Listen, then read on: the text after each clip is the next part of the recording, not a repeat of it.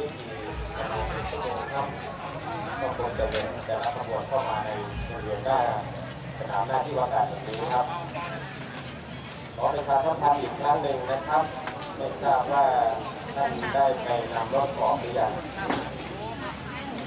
หมายเลขทะเบียนขอไข่กอทง9345กรุงเทพและ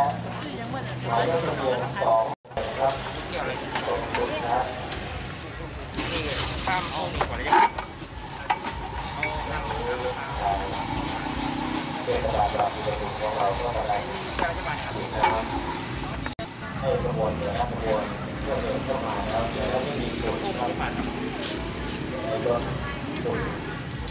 จบนะครับในรถไม่มีเกี่ยวกับขบวนเพราะนั้นขอความกรุณาหน้า2 ท่านที่จอดอยู่ด้านหน้านำออกจะดีนะครับรถน้ำจะได้กินได้เต็มที่น้องก็จะได้มีความสุขที่น้องก็หากระมังกลางๆไงเขาทำอะไรดังนั้นเดี๋ยวรถน้ำก็จะฉีดน้ำได้เต็มที่เพราะฉะนั้นหากท่านมีมอเตอร์ไซค์ขอกรุณาเอามอเตอร์ไซค์ออกก่อนนะครับเดี๋ยวรถน้ำจะได้ฉีดน้ำให้เต็มที่ครับ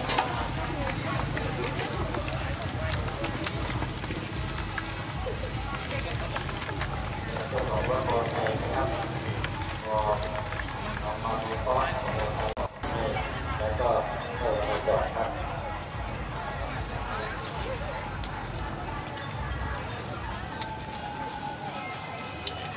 พวกเราว่าถ้าที่จะเยอะขึ้นเป็นระดับ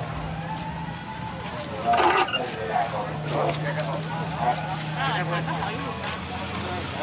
ก็เป็นการแก้ไขจังหวัดมาจากทางจากเป็นระดับอำเภอผู้ว่าราชการจังหวัดได้ส่งมอบเงินในเรื่องการทางอำเภอ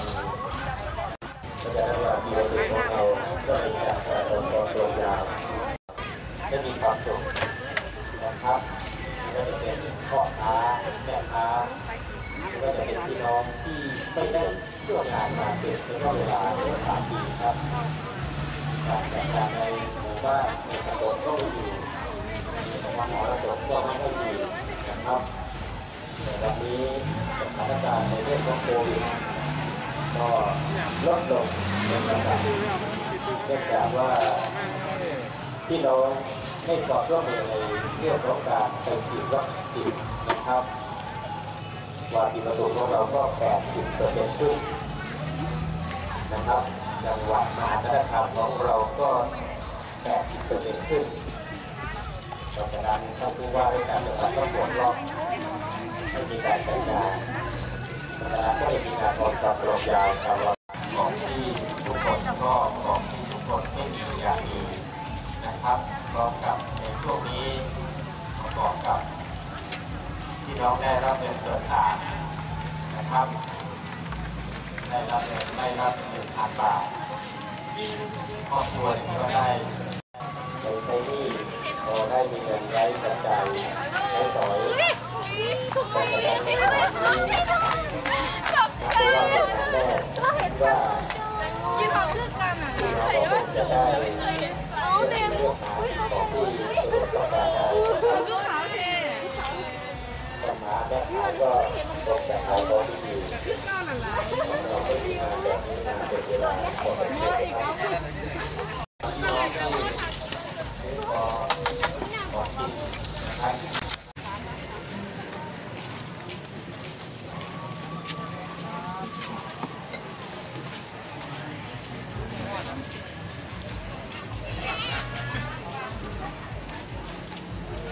ได้ถุงบ่ลูก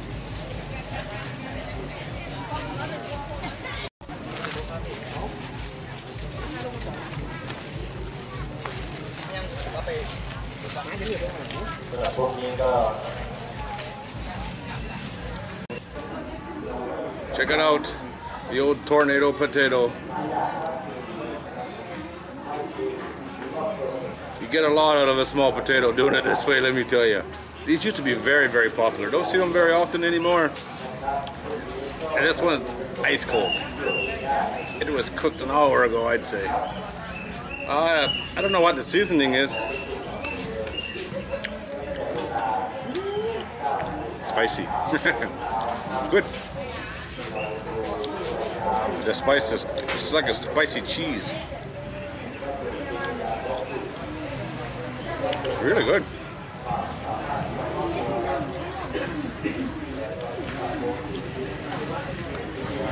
See the guy there taking all the little pieces and putting them together to make one? No waste.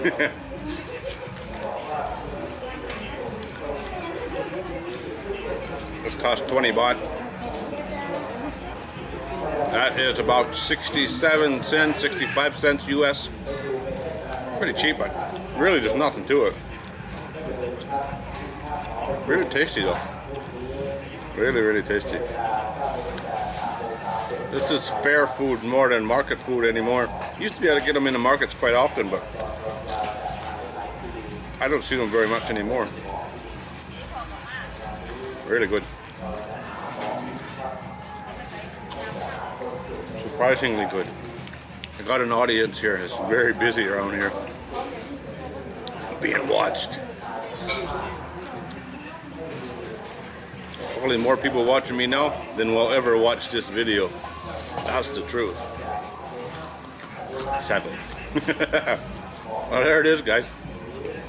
The tornado potato.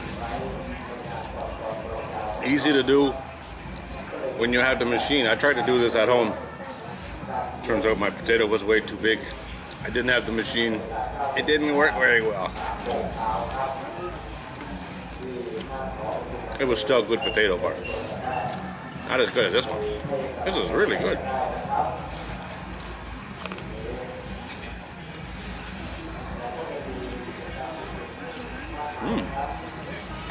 I'm surprised. Surprised even though it's cold, you know? It would be very good if it was hot. Pretty cool. Nice find.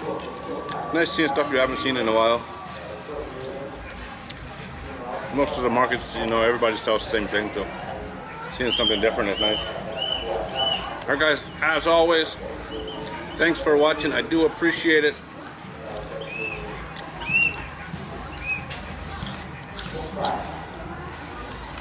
Pretty good, I tell you what. 20 baht well spent.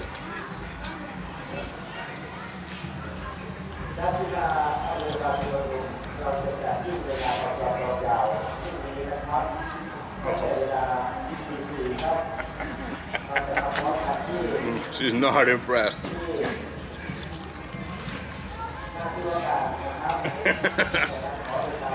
Not impressed with me at all.